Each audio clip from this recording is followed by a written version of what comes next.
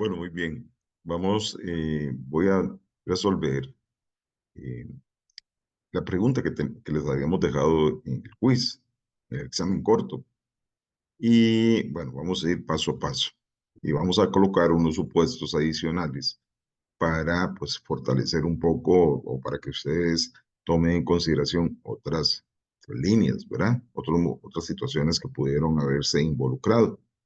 Son infinidad, podría ser muchas, ¿verdad? Para no poner infinidad, sino muchas de la situación, pero voy a tratar de ir señalando algunas de ellas. En primera instancia, vamos a resolver lo que nos pide el quiz, es el examen corto de la empresa Feliz, nos da información. Vean ustedes, en primera instancia se nos está dando información de diferentes cuentas contables, ¿verdad? De diferentes cuentas contables y nos dan un monto específico y posteriormente las otras están en relación porcentual, las ventas y en las cuentas por cobrar, ¿verdad? Entonces ahí tenemos elementos. Nos dicen que la cuenta de estimación para incobrables son 5.600, la tasa de incobrables sobre ventas netas es el 7% y la tasa de incobrables sobre cuentas por cobrar es del 3%. Y luego también nos da información de las cuentas por cobrar en otro nivel, por antigüedad, y nos hace una distribución de los saldos por diferentes periodos de antigüedad, y así el porcentaje de estimación brindado en cada uno de los elementos. Bueno, entonces nos dice que con base en esta información, realice los asientos de ajuste que apliquen para la cuenta de estimación de incobrables para los distintos métodos. ¿Cuáles son los distintos métodos? Los tenemos por acá. El método de ventas netas, el método de cuentas por cobrar y el método de antigüedad de saldos. Recordemos que estos métodos únicamente se pueden dar cuando estamos bajo el método general, digámoslo así, de estimación, ¿verdad? Y no por castigo directo o registro directo a las cuentas por cobrar. Entonces, esto es por el método de estimación y vamos a determinar. Bueno, primero vamos a determinar como estamos bajo el método de estimación, yo siempre recomiendo que ustedes hagan la mayorización de la cuenta de estimación, ¿verdad? La tengan siempre para poder ir registrando los movimientos que en ella se van generando, que es importante. Entonces, para que ustedes tengan una guía. Bueno, si ustedes saben que la mayorización la representamos para este caso con una T, voy a hacer una división por acá nada más y colocamos acá, vamos a ver, eh, el nombre de la cuenta, estimación para incobrar, ¿no? Entonces, ahí tenemos aquí,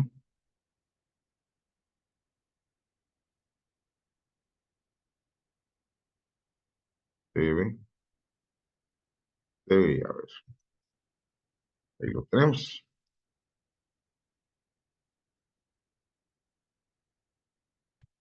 Debe haber. Bueno, muy bien. Entonces nos dice que tenemos un saldo, pero nos dicen que tenemos un saldo acreedor, ¿verdad?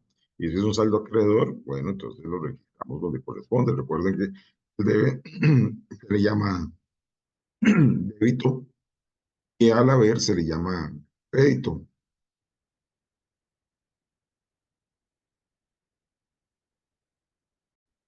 Se le llama crédito, ¿verdad? Entonces, saldo acreedor va en crédito, saldo deudor en el en el débito, ¿verdad? Entonces tenemos como saldo acreedor 5.600. Y en la mayorización se coloca en positivo todos los números, ¿verdad? Entonces, ¿qué tenemos acá? Tenemos que, vamos a ver, los 5.600, porque esta es la información que nos está brindando acá. Nos está diciendo que el saldo de estimación, o sea, este se vendría a representar el saldo inicial, ¿verdad? De la cuenta de estimación. El saldo de estimación arranca con un saldo acreedor de 5.000. Bueno, y sobre eso vamos a ir trabajando cada uno de los métodos. Entonces veamos aquí el método el método de ventas netas. Vamos a poner esta mayorización igual por aquí para aplicar el método sobre las cuentas por cobrar. Son métodos diferentes y vamos a colocar también esta mayorización por acá para poder ejemplificarlo, nada más para poner por el método de cuentas por cobrar por antigüedad.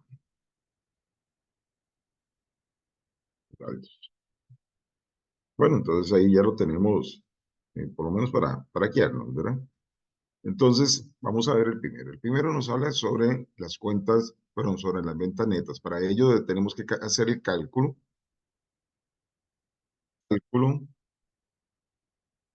de las ventas netas.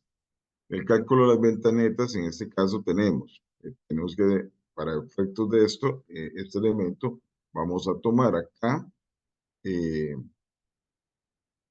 las ventas netas, que ya se nos está dando, y para ello, pues tenemos que tener claro cuáles son los elementos, porque eso te lo vamos a restar, vamos a restarle algunas cuentas contables que ya están definidas desde contabilidad general, menos, le coloco aquí, menos, ¿verdad? Algunos elementos contables que ya están definidos desde contabilidad general, cómo se calculan las ventas netas. Recuerden que las ventas netas se calculan con las cuentas. Devoluciones sobre ventas, le restamos las devoluciones sobre ventas y le restamos los descuentos sobre ventas. Esas son las cuentas que las vamos a restar, perdón, a las ventas brutas. Estas son las ventas brutas, ¿verdad? Son las ventas brutas. Entonces tenemos que nos dice que la devolución sobre ventas es del 12% sobre las ventas brutas. Ahí está el dato. Y el descuento es el 10% sobre el 10, perdón, el 10% sobre las ventas. Ven ustedes que aquí ya tenemos los elementos, la cantidad de los valores de lo que tenemos que restarle. Entonces sumamos los dos y nos dice que las ventas netas es igual al valor de las ventas brutas menos del descuento sobre ventas. Ahí tenemos las ventas netas. Entonces, como tenemos las ventas netas, nos dice que la tasa del incobrable es del 7%. Entonces, recordemos que las ventas son acumulativas, por lo tanto, esto viene a acumular la cuenta incobrables también. Entonces, tenemos que calcular, bueno, la estimación para incobrables, la estimación para incobrables, en este caso, sería el 7%. Entonces, acá determinamos el monto, la estimación para incobrables, vamos a colocarlo aquí, el monto de las ventas netas por el 7%, nos dice que son 283.873.18. Bueno, muy bien, entonces ahí con esta información ya tenemos, este sería el dato que requerimos para el asiento contable. Entonces, véalo así, voy a ingresar aquí unas cuantas más, insertar. Para este caso tendríamos el asiento, sería el siguiente, gasto por incobrable, perdón, gasto por incobrable, el monto generado de las ventas netas. Vamos a dejarlo sin decimales, ya que el ejercicio nos decía que podíamos usarlos sin decimales. Bueno, listo. Contra estimación para incobrar. Y ahí tenemos Listo. El registro contable, cuando estamos hablando por ventas netas.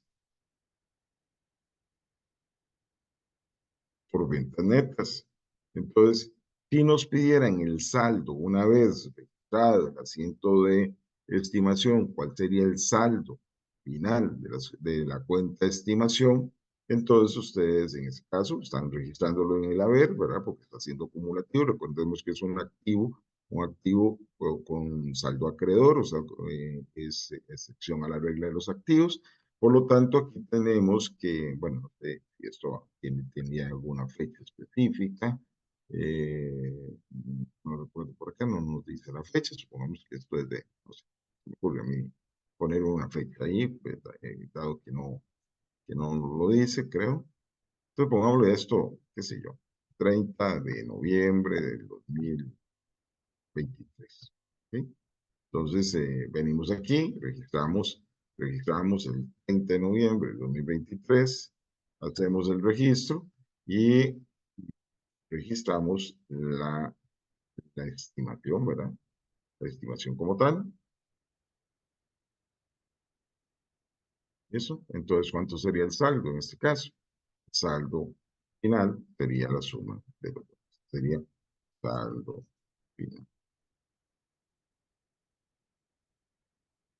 Saldo final. Y ahí tendríamos la aplicación sobre las ventas netas.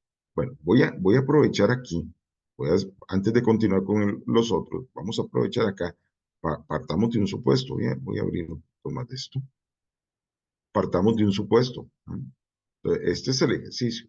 Entonces ahora partamos de un supuesto. Bueno, supuesto adicional. No lo trae el ejercicio, pero vamos a incluirlo aquí como explicación, aprovechando estos. El único dato que vamos a cambiar esto, vamos a dejar todos los datos iguales, solo con una diferencia. Vamos a traernos esto. El saldo inicial, ya lo hemos visto en la clase, saldo inicial, perdón, el saldo inicial eh,